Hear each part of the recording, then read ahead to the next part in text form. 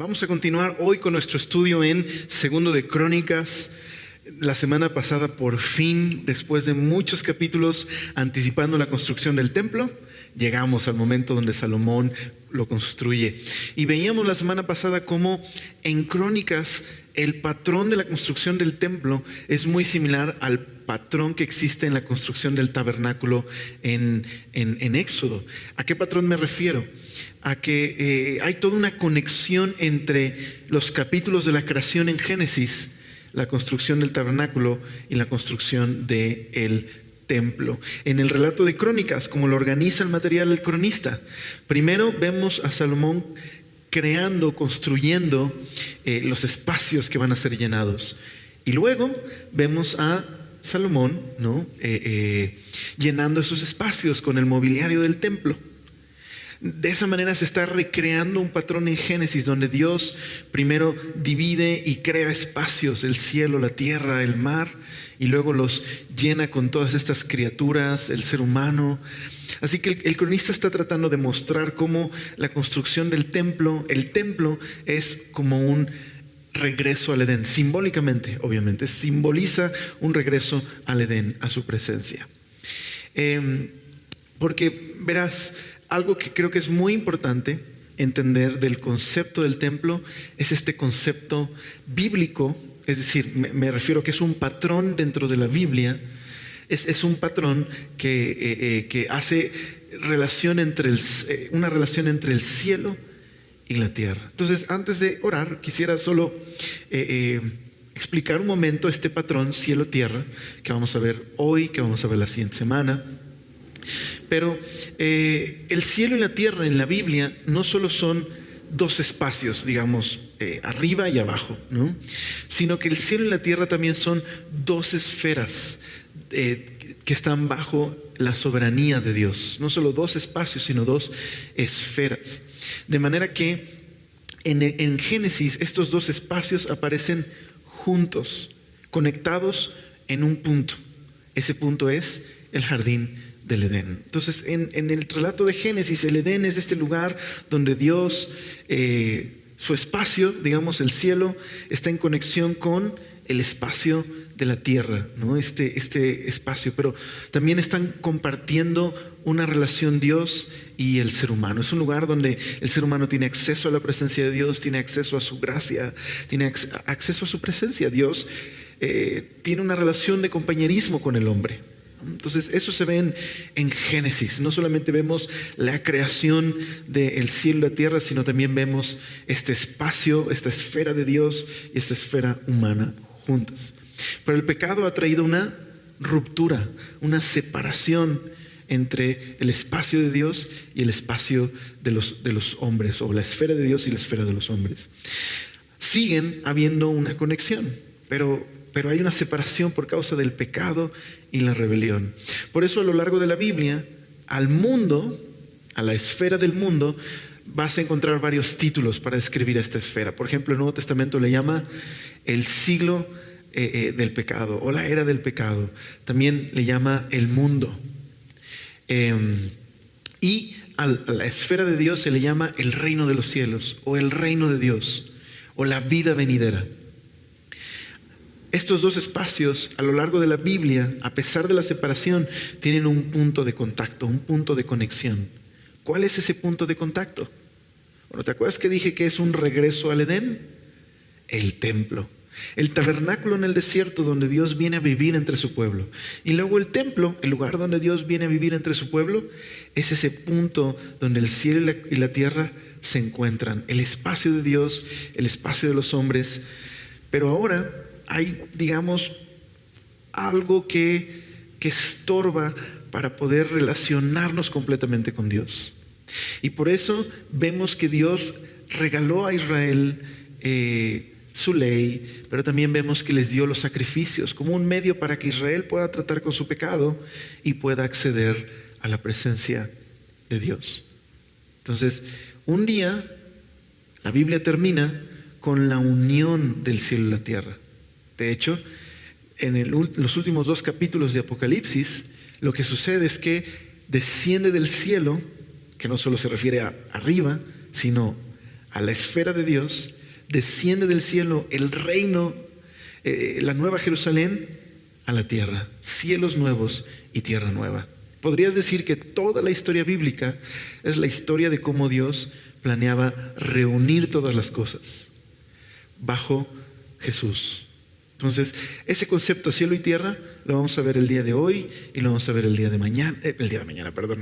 siguiente miércoles, cuando Salomón termine de dedicar el templo. Pero mantén eso en mente. Entonces, ¿qué te parece si oramos y revisamos la primera parte de la dedicación del templo? El templo ya terminó su construcción, ahora Salomón lo va a dedicar. ¿Oramos? Señor, gracias por ser tan bueno. Y gracias por el tiempo que podemos compartir el día de hoy delante de tu palabra. Gracias, Señor, porque tú te has revelado en nuestras vidas por medio de Jesús. Tú nos has rescatado, tú nos has salvado, Señor. Ayúdanos a poder escuchar tu palabra y ser transformados por ella y poder seguir conociendo más a Jesús, su gracia, Señor, su obra, Señor. Te lo pedimos, por favor, en nombre de nuestro Salvador. Amén. Acompáñame por favor a 2 de Crónicas capítulo 5. Vamos a retomar desde el verso número 2. Entonces podrías decir que el capítulo 5 hasta el 7, al final del 7, es la historia de la dedicación del templo.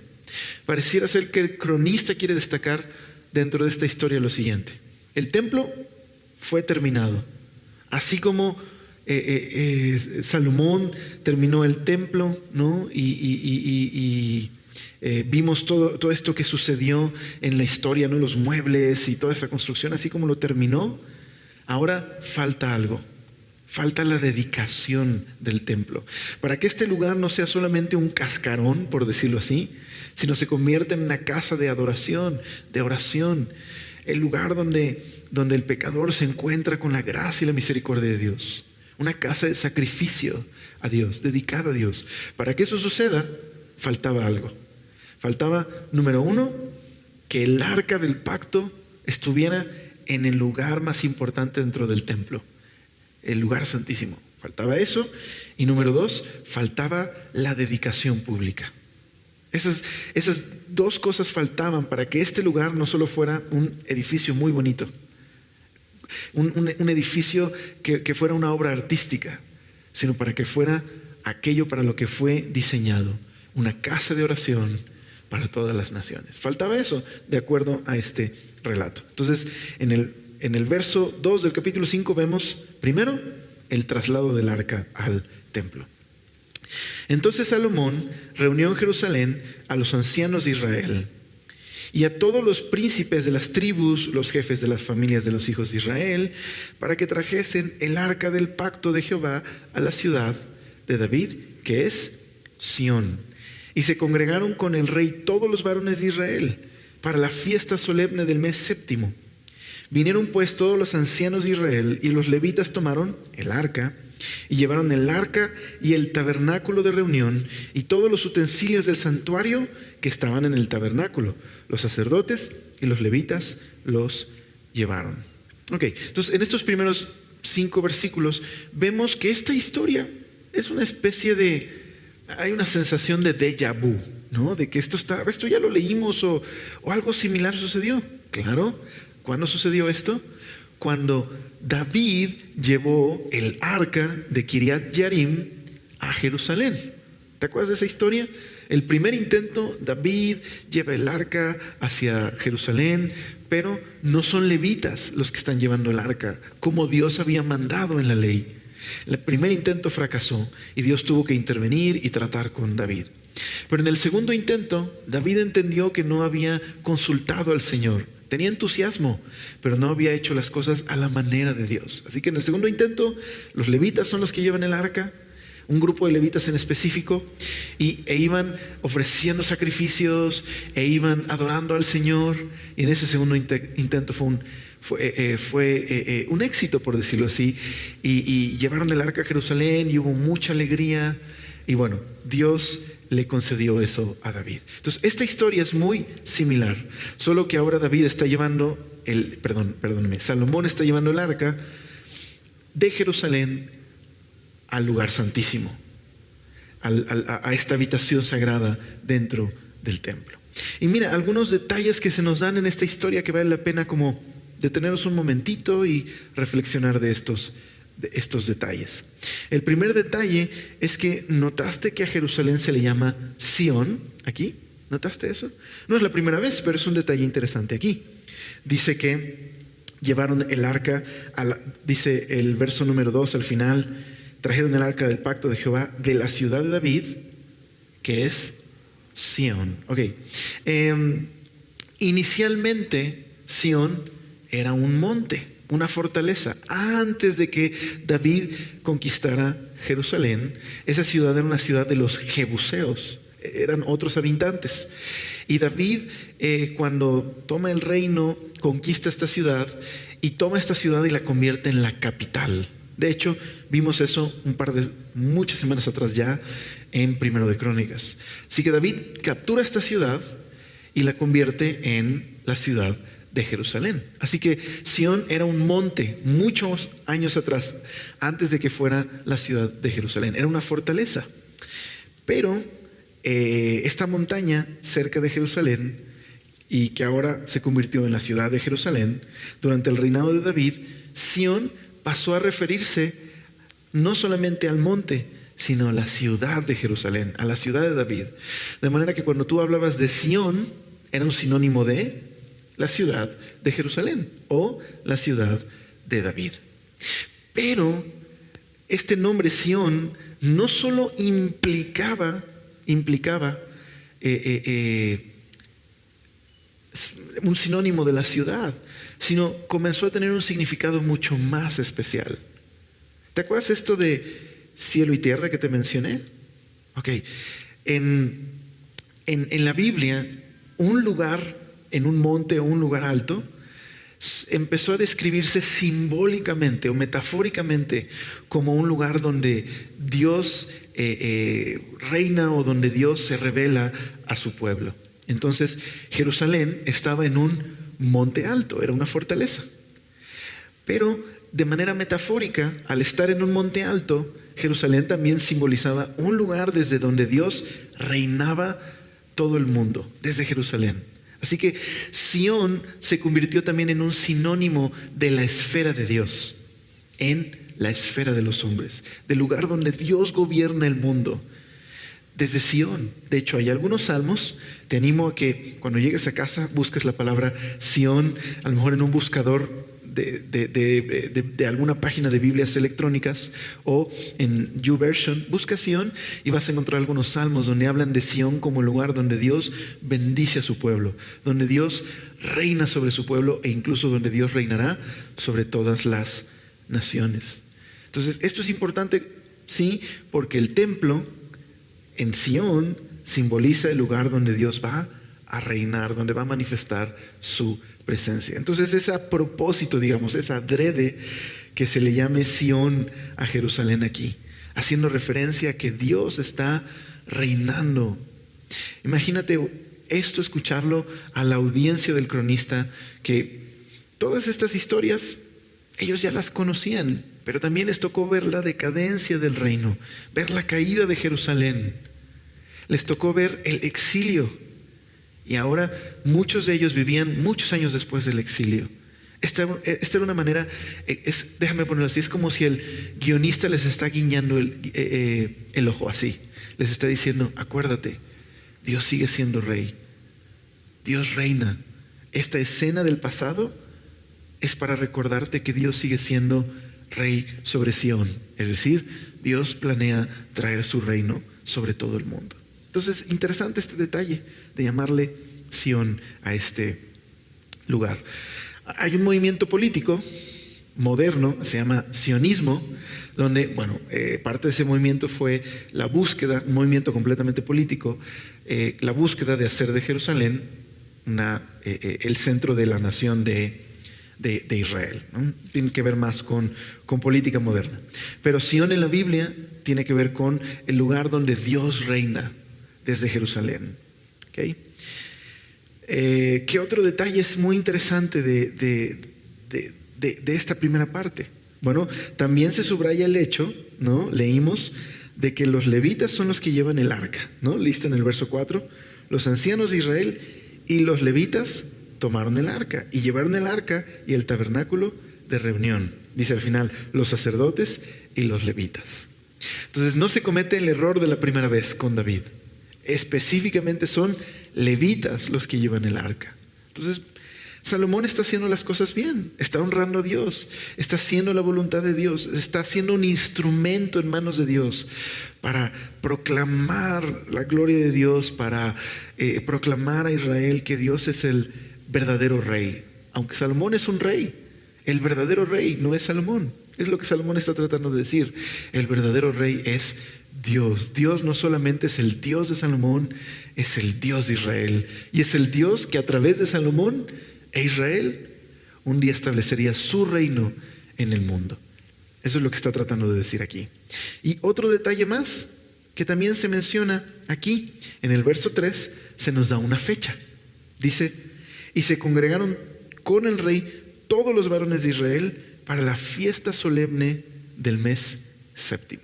Dice, pues, ¿y esa fiesta cuál es? ¿No? Bueno, esta fiesta es la fiesta de los tabernáculos, o podrías traducir como la fiesta de las tiendas de campaña. Esta fiesta ocurría en otoño. Salomón deliberadamente se esperó a esta fiesta para inaugurar el templo. ¿Qué se celebraba en esta fiesta de las tiendas de campaña? Bueno, se celebraba cuando, no solamente celebraba una fecha de cosecha en otoño, sino se conmemoraba cuando Dios llevó a Israel por el desierto durante 40 años y cómo les proveyó de pan y de agua y los cuidó y les alimentó. Especialmente celebraban que Dios les había rescatado de la esclavitud en Egipto y que Dios había manifestado su presencia todo ese tiempo con ellos. Se celebraba la construcción del tabernáculo y como Dios había venido a vivir con su pueblo durante esos 40 años. Por eso, lo que hacían en esa fecha era conmemorar todas estas cosas. Y te das cuenta que Salomón escogió justo esta fiesta para dedicar al templo. ¿Qué tiene en mente Salomón? Recordarle al pueblo, hey, así como Dios vino a vivir en el desierto entre nosotros y nos rescató y cuidó de nosotros, estamos dedicando este templo al Dios que nos rescató, que nos ha dado un propósito y una misión, nos ha dado una identidad. Eso es lo que Salomón está haciendo. Entonces, bueno, algunos detalles, ¿verdad? Sión, haciendo referencia a que Dios es el rey de todo el mundo, que Dios reina sobre Israel, ¿verdad? También el arca llevada por levitas, recordando la obediencia del pueblo, confiando en Dios, haciendo las cosas a la manera de Dios. Y luego esta fecha, una fecha especial en el calendario de Israel, donde ellos recordaban, celebraban el Dios que les había rescatado, que les había librado, que había cuidado de ellos, que les había provisto, el Dios que es fiel a sus promesas. Todo eso se estaba recordando a través de la fiesta de los tabernáculos. Entonces dice el verso 6, sigamos en esta historia del traslado del arca al templo. Y el rey Salomón y toda la congregación de Israel que se había reunido con él delante del arca, sacrificaron ovejas y bueyes que por ser tantos no se pudieron contar ni numerar. Entonces qué bonito, porque no solamente el rey, sino quienes están participando en la adoración. ¿Qué dice ahí? Toda la congregación de Israel. ¿Sabías que en Crónicas este es uno de los conceptos favoritos del cronista? Todo Israel. Así que no solamente es el rey, sino el rey va con todo el pueblo adorando al Señor. Están participando todos juntos. Y dice, se reunieron delante del arca. Y dice el verso 7. Y los sacerdotes metieron el arca del pacto de Jehová en su lugar. Solo los sacerdotes podían. Y solamente los sacerdotes de la familia, de una familia específica. Y se metieron el arca del pacto en su lugar, en el santuario de la casa, en el lugar santísimo, bajo las alas de los querubines, pues los querubines extendían las alas sobre el lugar del arca, y los querubines cubrían por encima así el arca con sus barras. E hicieron salir las barras del modo que se viniesen las cabezas de las barras del arca delante del lugar santísimo, mas no se veían desde fuera, y ahí están hasta hoy. El arca, como no la podían cargar cualquiera, sino solamente una familia especial, ¿no? Hablando con esto de que esta pieza, este mueble cubierto de oro, mueble de madera, simbolizaba algo muy importante, muy sagrado. ¿Qué cosa? El trono de Dios. Eso es lo que simbolizaba. Y por eso se le habían hecho unos anillos y unas barras también de oro para que los sacerdotes nunca tocaran el arca. Sino metían las barras, las ponían sobre sus hombros y las tenían que llevar cargando. Pero ahora ha pasado algo muy especial. ¿Por qué este detalle de quitar las barras y soltarlas? ¿Por qué este detalle? Porque el cronista está diciendo algo muy importante aquí. El arca no va a ser movida más. Ha llegado a un lugar donde va a estar para siempre, entre comillas. Ahorita vamos a ver que no estuvo para siempre ahí. Pero la idea es que este sería un lugar donde Dios va a residir no temporalmente, sino permanentemente. Ya no hay necesidad de mover el arca. Y por eso las barras han perdido completamente su función. Ahí va a estar el arca entre los querubines. Y cuando el cronista dice hasta el día de hoy, en realidad no está refiriéndose a su época. También está haciendo algo muy especial. Está hablando del pasado, pero apuntando hacia el futuro.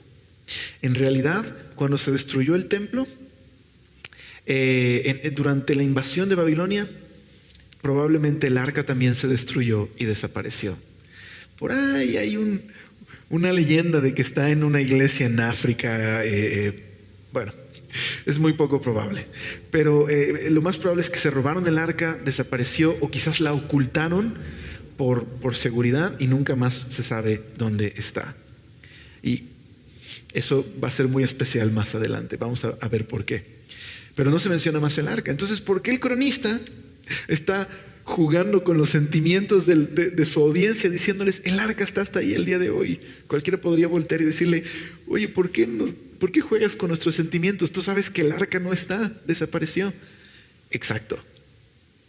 Porque esa arca solo apuntaba hacia el futuro, al lugar donde Dios revelaría su presencia de manera definitiva. Entonces, ¿cómo con estos detalles, ¿no? Está el cronista haciendo guiños hacia el pasado, hacia el futuro y contando esta historia? Ahora se nos menciona también de manera especial los querubines. Si recuerdas la semana pasada, si no viniste la semana pasada, no te preocupes. Más adelante vuelvo a poner las imágenes. Pero la semana pasada vimos un modelo del templo y vimos una de estas habitaciones, el lugar santísimo. Y esta habitación era muy extraña. Era una habitación pequeña con una cortina que dividía el lugar santísimo. No, tienes el templo, tienes la parte de afuera, es el atrio exterior, donde está el altar. Tienes el templo, ¿no? el edificio, y adentro está el lugar santo, la habitación más larga, con algunos muebles. Y luego tienes esta habitación dividida por una cortina, en donde lo único que había es lo siguiente: 2 querubines enormes y el arca, con sus propios querubines en la tapa del arca. Es todo lo que había. Entonces, muy extraño, muy extraño.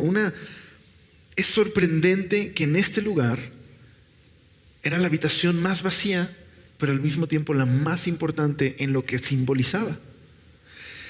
Porque este lugar simboliza el trono de Dios. Y estos querubines simbolizan los guardianes de su presencia. Es lo que simboliza. Literalmente Dios no cabe en ese lugar, ¿estás de acuerdo? Pero lo que simboliza es su presencia. De hecho, es sorprendente que no hubiera ninguna otra imagen, ninguna otra decoración. Cuando el general romano Pompeyo conquistó Jerusalén y entró en el templo, entró a este lugar, salió sorprendido. No tienen ninguna imagen que representa a su Dios. ¿Por qué? Evidentemente en la antigüedad, ¿de qué estaba lleno en los templos? De representaciones de sus dioses, pero aquí no había ninguna. Y Y eso es interesante porque eso destaca la grandeza de Dios. ¿Sabes por qué? Porque el Señor es un Dios al que no puedes representar por ninguna figura hecha por hombres. Pero al mismo tiempo, no es necesario crear representaciones suyas, porque Dios hizo representaciones suyas, ¿sabías? Tomen 5 segundos para voltear a verse un momento. Fíjense. Dices, ¿qué está haciendo Alex ahora? ¿Sabes qué dice Génesis? Que Dios creó al hombre a su imagen y semejanza. Dios creó representaciones suyas. No creó mini dioses, no vayas a malentender, ¿no? No estoy diciendo que Dios hizo mini dioses, sino Dios hizo representaciones de su semejanza. Nosotros somos portadores de su imagen. Pero al mismo tiempo, no hay nada que pueda representar a Dios. ¿Cómo representas a Dios? Su majestad, su grandeza. Lo más que puedes hacer es representar su trono. Eso es lo más que puedes hacer.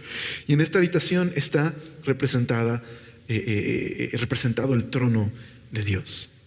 Entonces la habitación más vacía y al mismo tiempo la más gloriosa, simbolizando lo más importante, la presencia de Dios.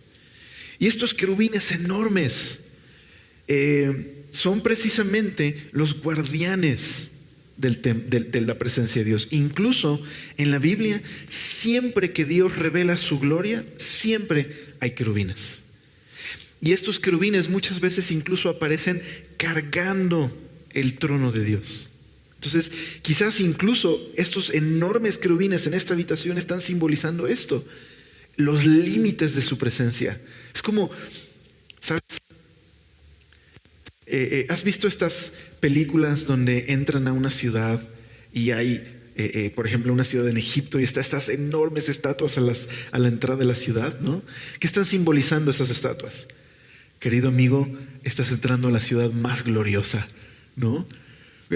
Lo que producen es asombro, ¿verdad? Y estos dos querubines es una manera de decir, querido amigo, está usted entrando al lugar más sagrado. Este es el límite entre, ¿te acuerdas? Cielo y tierra. Este es el límite entre el espacio sagrado de Dios y el espacio de los hombres. Tan sagrado que de hecho nadie podía entrar, más que el sumo sacerdote una vez al año. Antes ese espacio estaba unido. Por el pecado ha habido una separación. Pero este templo simboliza un retorno al Edén. Por ejemplo, estos querubines, guardianes, ¿dónde aparecen por primera vez? Precisamente aparecen en Edén. Cuando el hombre se rebela y ha pecado contra el Señor y le ha dado la espalda, estos querubines aparecen cerrando la entrada de regreso al jardín, a la presencia gloriosa de Dios. No pueden entrar más. Ahí está, cerrada la presencia. Pero al mismo tiempo, así como la Biblia trata de la reunión del cielo y la tierra, podrías decir que la historia de la Biblia trata del regreso al Edén. El propósito de Dios era restaurar su presencia entre la humanidad.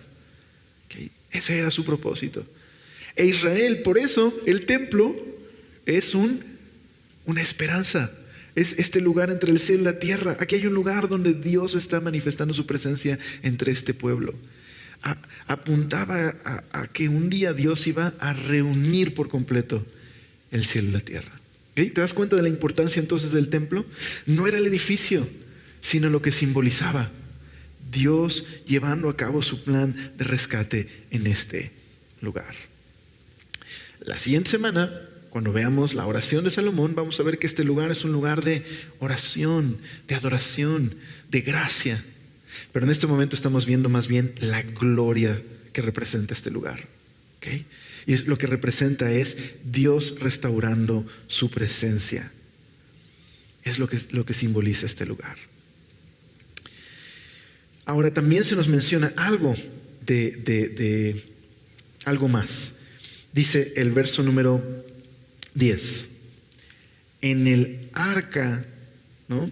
Ya vimos la habitación, los querubines, el arca está ahí, es el trono de Dios, los querubines, los guardianes de los límites entre la esfera de Dios y la esfera de los hombres. Ahí está la presencia de Dios gloriosa, simbolizada en el arca. pero ¿qué hay dentro del arca? Y en el arca no había más que las 2 tablas que Moisés había puesto en Horeb, con las cuales Jehová había hecho pacto con los hijos de Israel cuando salieron de Egipto. Entonces, dentro del arca está este recordatorio importante. Están 2 tablas. ¿Qué simbolizan estas 2 tablas? Una vez más, esta historia está aquí, del Éxodo.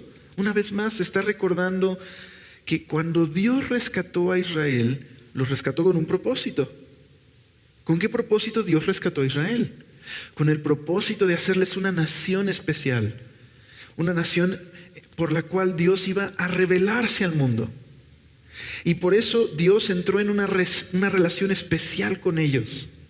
Esa relación especial se le conoce como el pacto. Los mandamientos son los términos de la relación. Es el contrato nupcial, por decirlo así. Son los términos de la relación. Y por eso estas tablas de los mandamientos eran un recordatorio de la misión de Israel, de su identidad, a qué les había llamado Dios. A ser esa nación única que al obedecer los mandamientos podrían reflejar a Dios, a un Dios bueno y justo y sabio y santo.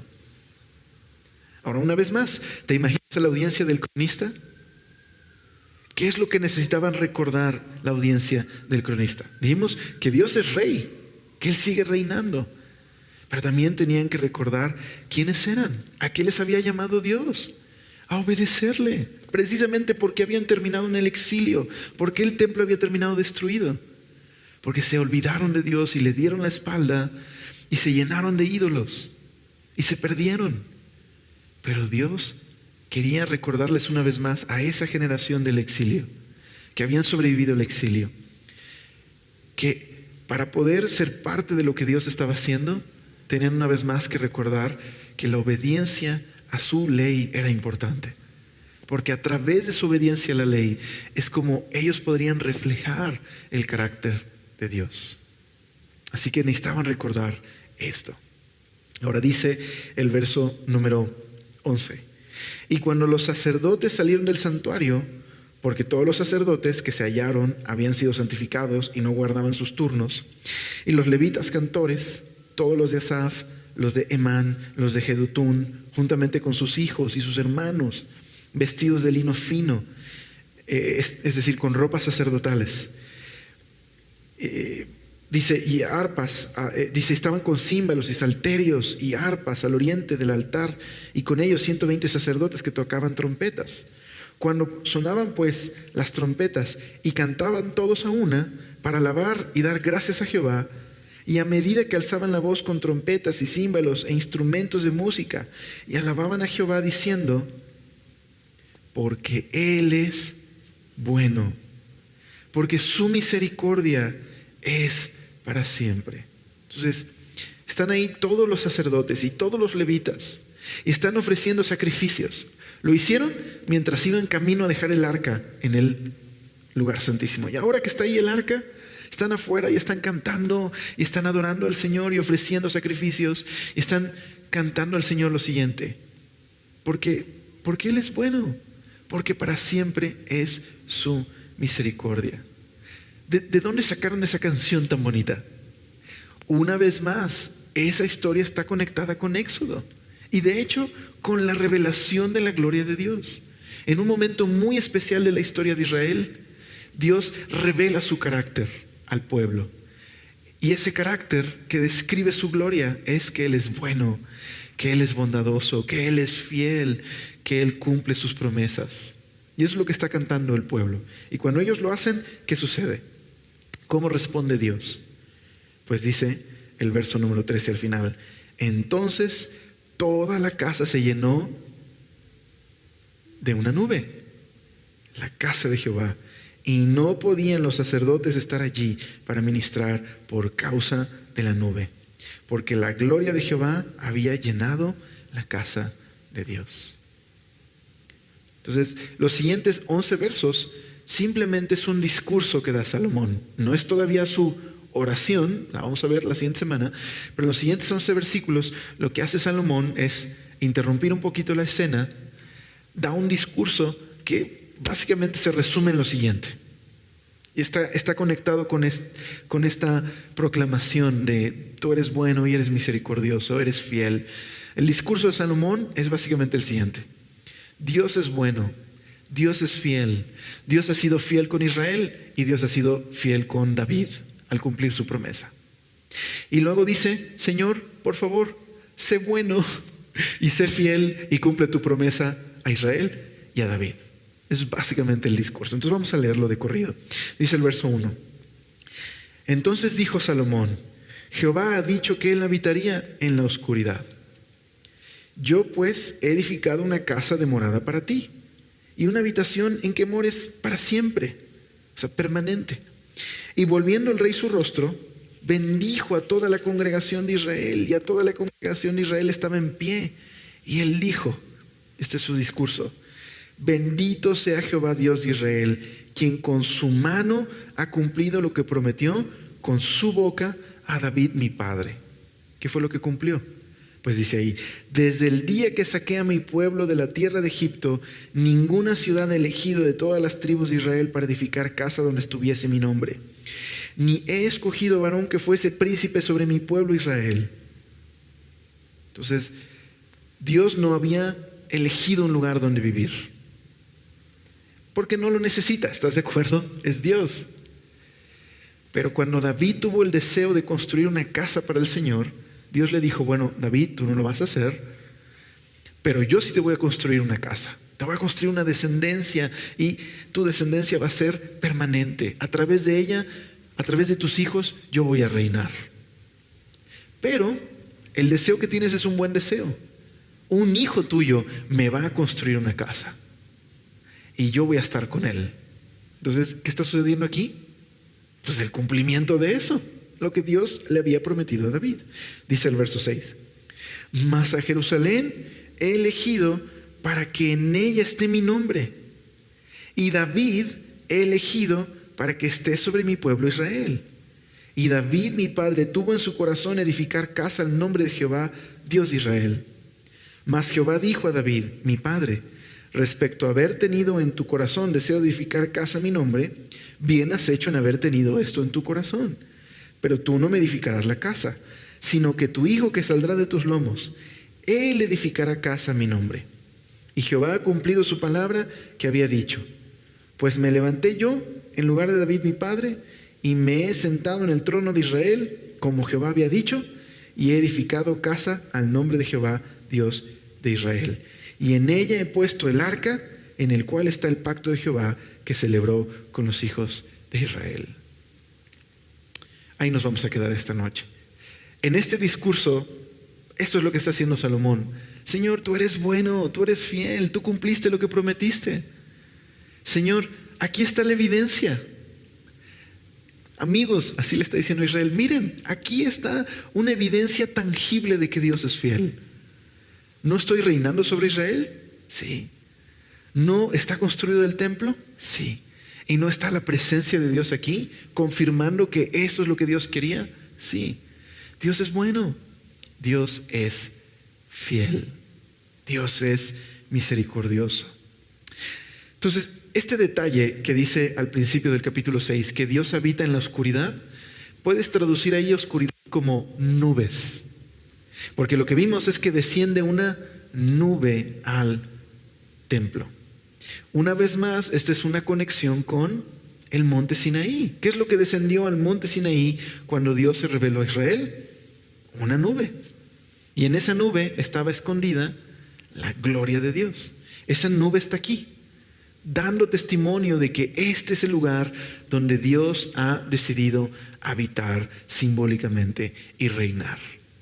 Es una manera de decir que el templo y el trono davídico es la siguiente etapa del plan. Así como el tabernáculo y todo Israel y el pacto era una parte importante del plan de Dios para establecer su reino y rescatar al mundo, ahora el templo, Jerusalén y el linaje davídico es la siguiente etapa del plan. De eso trata estos capítulos que tienen que ver con la dedicación del templo. Entonces, hoy hemos visto a Salomón llevando el arca al lugar santísimo. La siguiente semana veremos a Salomón orando y cómo Dios confirmará su oración. Pero ¿en qué podemos quedarnos para reflexionar esta noche? Creo que podemos reflexionar en el tema de la gloria de Dios y cómo la gloria de Dios refleja su carácter, que Él es bueno, que su amor y su bondad son infinitos, que Él es misericordioso. Verás,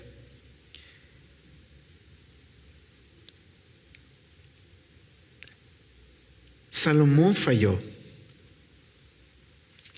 Y todos los demás reyes después de Salomón van a fallar también. La audiencia del cronista lo sabía.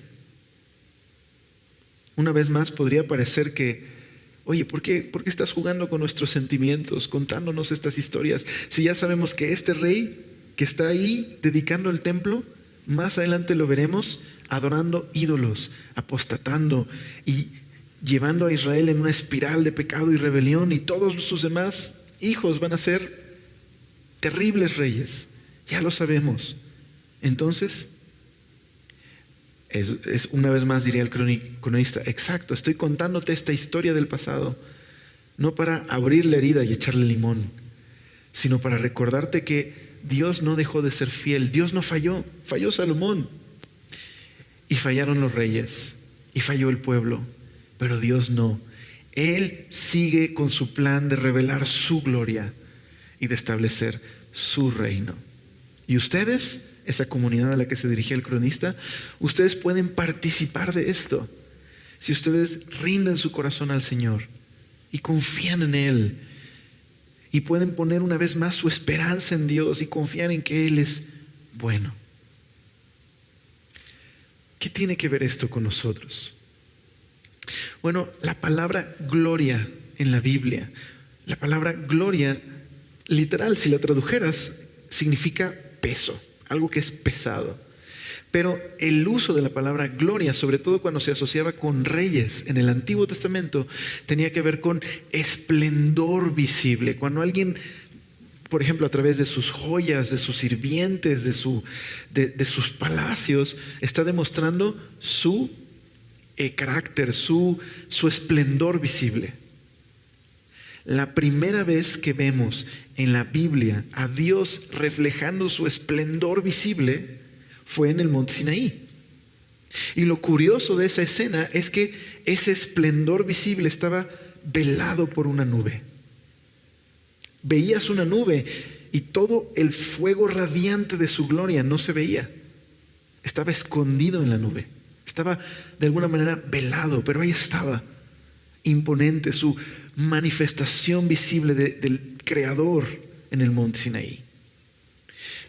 Pero, ¿te acuerdas que te dije que la canción que están proclamando los levitas está en conexión con un pasaje muy especial en Éxodo? Mira, acompáñame a Éxodo 34. En Éxodo 34 es un pasaje muy importante porque la nación de Israel no tenían ni un poquito de tiempo en el monte Sinaí, después de haber visto la gloria de Dios y después de haber visto cómo Dios los había rescatado de la esclavitud en Egipto. No tenían ni casi una semana cuando ya estaban al pie del monte Sinaí adorando unos becerros de oro y diciéndoles: gracias, ustedes son nuestros dioses, ustedes nos rescataron de Egipto. Así que Moisés se enoja y rompe las tablas de los mandamientos. Pero Dios quiere renovar la relación con el pueblo, quiere renovar su presencia entre ellos. Así que le dice a Moisés: prepárate otras 2 tablas porque voy a renovar el pacto con el pueblo. Y Moisés quiere ver la gloria de Dios. Y Dios le dice a Moisés: no puedes ver mi gloria. No hay hombre que haya visto mi gloria y que esté vivo. No puedes. Pero te voy a decir algo, Moisés. Cuando yo te muestre mi gloria, te voy a esconder en una peña, de manera que no veas mi gloria, solo veas mi espalda, entre comillas, porque Dios no tiene espalda, ¿no? Y no vas a ver mi gloria directamente para que no mueras. ¿Okay? Entonces en Éxodo 34 es justo este pasaje donde está a punto de pasar la gloria de Dios y Moisés está escondido ahí. Entonces dice el verso número 6. Bueno, vamos a leer desde el verso número 5. Y Jehová descendió en la nube y estuvo allí con él proclamando el nombre de Jehová. Y pasando Jehová por delante de él, proclamó: Jehová, Jehová, fuerte, misericordioso y piadoso, tardo para la ira y grande en misericordia y verdad o fidelidad, que guarda misericordia a millares y que perdona la iniquidad, la rebelión y el pecado, y que de ningún modo tendrá por inocente al malvado, que visita la iniquidad de los padres sobre los hijos y sobre los hijos de los hijos hasta la tercera y cuarta generación. Entonces, cuando Moisés ve la gloria de Dios, en realidad no ve la gloria de Dios, sino más bien oye la gloria de Dios. Qué interesante, porque la gloria de Dios, su esplendor visible, en realidad es su carácter. Y notas en el pasaje el tremendo desequilibrio. ¿A cuántos hace misericordia? A millares. Pero es justo y juzgará el pecado de la segunda y tercera generación si persisten en su pecado. El propósito de mostrar este desequilibrio es decir lo siguiente: Dios ama hacer misericordia. Es su naturaleza, es su carácter. Él es bueno, Él es santo, Él es justo. Eso es lo que escucha Moisés.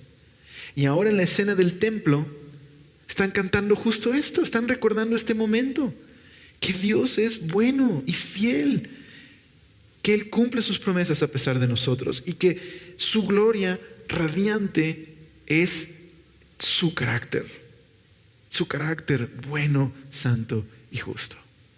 ¿Ok? ¿Me siguen? Ok.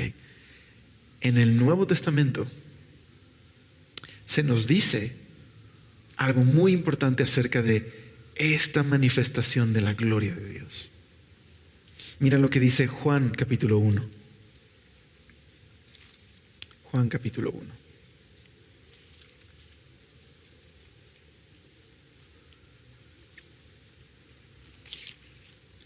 En el verso número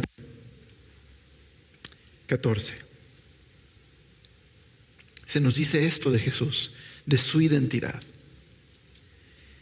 Y aquel verbo fue hecho carne y habitó entre nosotros y vimos su gloria, gloria como del unigénito del Padre, lleno de ¿qué? De gracia y verdad. ¿Qué pasaje está citando? La historia de Éxodo. Lo que Juan está diciendo es que Jesús es la encarnación misma del carácter de Dios. Que Jesús en realidad es Dios hecho carne. Que es la manifestación visible del esplendor radiante del carácter de Dios. Pero una vez más, velado. La gloria de Dios está velada, pero ahora es la carne de Jesús, el cuerpo de Jesús, quien, así como la nube, tiene velada esta gloria misma de Dios.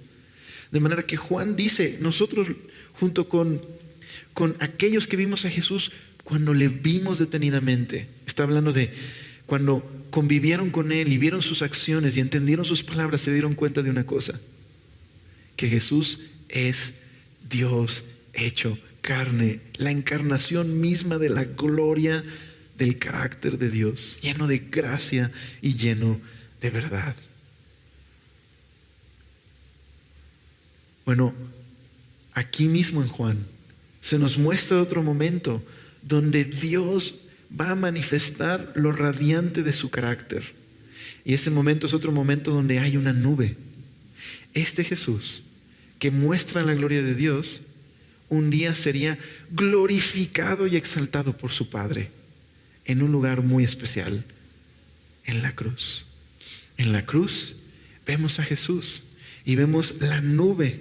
Ese día que oscureció, está la nube y está Jesús. Y ahora no hay una voz que hable. Pero está ahí Jesús diciendo, consumado es. Y Jesús está demostrando lo radiante de la gloria de Dios como nadie se lo esperaba. ¿Quién pensaría que Jesús está siendo exaltado en la cruz? ¿Y quién imaginaría que Dios está revelando quién es Él?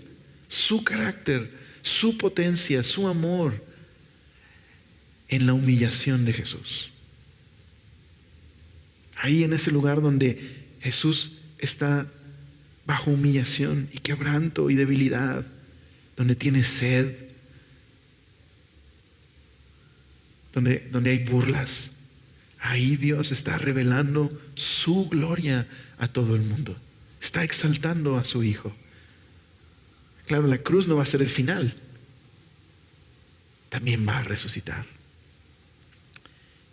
Entonces, en Jesús vemos quién es Dios realmente y vemos su carácter. El último pasaje que veremos esta noche. Mira, acompáñenme a Juan 17. Hablando de este tema de la fidelidad y la gloria de Dios. La fidelidad de Dios y la gloria de Dios. Jesús, en su oración, antes de ir a la cruz, su oración al Padre, Él ora esto por sus discípulos y por los que habrían de creer por el mensaje que proclamarían los discípulos. O sea, todos nosotros. Y esto es lo que dice Juan 17, 22, 23, que algunos llaman a esta oración el lugar santísimo, precisamente. El lugar donde vemos la gloria de Dios. Entonces mira lo que dice el 17, 22 y 23. La gloria que me diste, está diciendo Jesús, la gloria que me diste, yo les he dado. ¿A quiénes? A nosotros, a los creyentes. ¿Para qué? Para que sean uno, así como nosotros somos uno. Yo en ellos y tú en mí, para que sean perfectos en unidad, para que el mundo conozca que tú me enviaste, que yo les he amado a ellos, como también a mí me has amado. Entonces, en Jesús es el lugar donde el cielo y la tierra se encuentran. ¿Te das cuenta? Es en Jesús, quien a través de Él, Dios va a revelar su gloria y su poder y su amor. A través del sacrificio del Hijo, a través de la obediencia del Hijo. Lo que Jesús está diciendo aquí es que a través de su obediencia y su sacrificio y su resurrección, el mundo pudo ver el amor de Dios, el propósito de Dios. Pero ahora Jesús ha dado su gloria a la iglesia. De manera que cuando nosotros obedecemos a Jesús, cuando nosotros nos damos cuenta que ahora el lugar donde se encuentra el cielo y la tierra es su iglesia, es cada creyente. Cuando tú y yo reconocemos a Jesús, somos parte de su familia, y cuando nos tenemos amor unos por otros, lo que hacemos es reflejar la gloria de Dios y de Jesús. Porque ahora en los creyentes habita el Espíritu, habita el Padre y el Hijo a través del Espíritu en nosotros. Cuando también nosotros imitamos la humildad de Jesús, cuando nos amamos unos a otros, cuando nos servimos, cuando servimos a otros, el mundo está viendo la gloria misma de Dios a través de su iglesia. ¿Quieres que tu familia vea la gloria de Dios? ¿Quieres que puedan ver su fidelidad, su amor, su gracia, su poder para transformar vidas? Necesitas recordar esto. Así como la generación del cronista tenía que una vez más reenfocarse.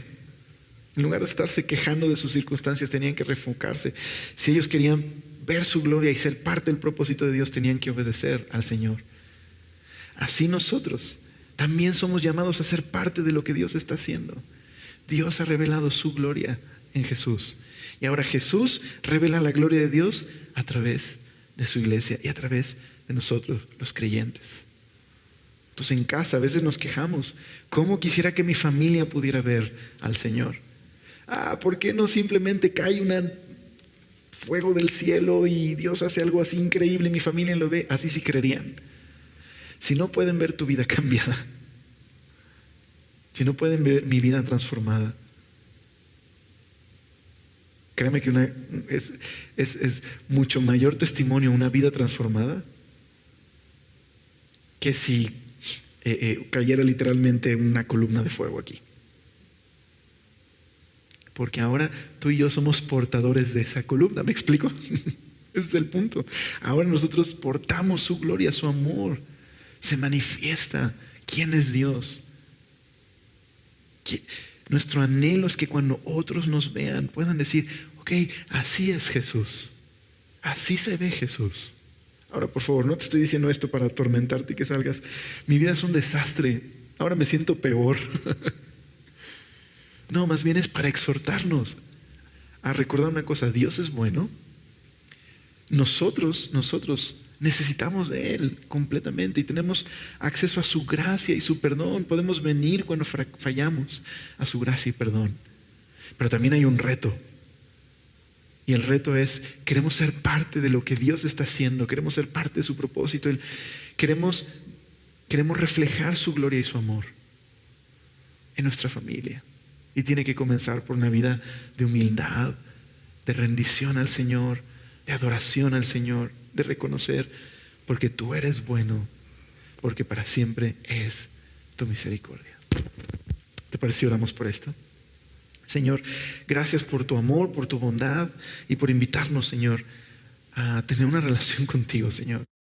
Señor, gracias porque que tú oraste para que nosotros pudiéramos reflejar tu gloria y tú eres el más interesado, Señor. Tú eres el que nos has dado tu espíritu y nos das acceso a tu gracia, a tu amor, Señor, a tu perdón continuamente. Tú eres el que nos capacitas para vivir para ti, para tu gloria, Señor. Pero también, Señor, perdónanos si nos hemos pasado quejándonos, volteando a ver a otros lados, Señor, distrayéndonos. Si el pecado nos ha estorbado, Señor, en lo que tú quieres hacer en nuestras vidas, para que juntos podamos reflejar quién eres, Señor, para que no solo el mundo, Señor, los de nuestra casa, Señor, nuestros vecinos, nuestra familia, pueda ver con claridad a Jesús a través de nosotros. Señor, si somos una ventana empañada, Señor, hoy te pedimos que puedas limpiarnos, Señor, para que con claridad otros puedan ver a Jesús a través de nosotros. Puedan ver quién eres, Señor, puedan ver la naturaleza de quién eres, tu carácter de amor, de servicio, de sacrificio, Señor, de humildad. Puedan verte a ti, Señor, a través de nosotros. Te lo pedimos, por favor, Señor, y te damos gracias. Amén.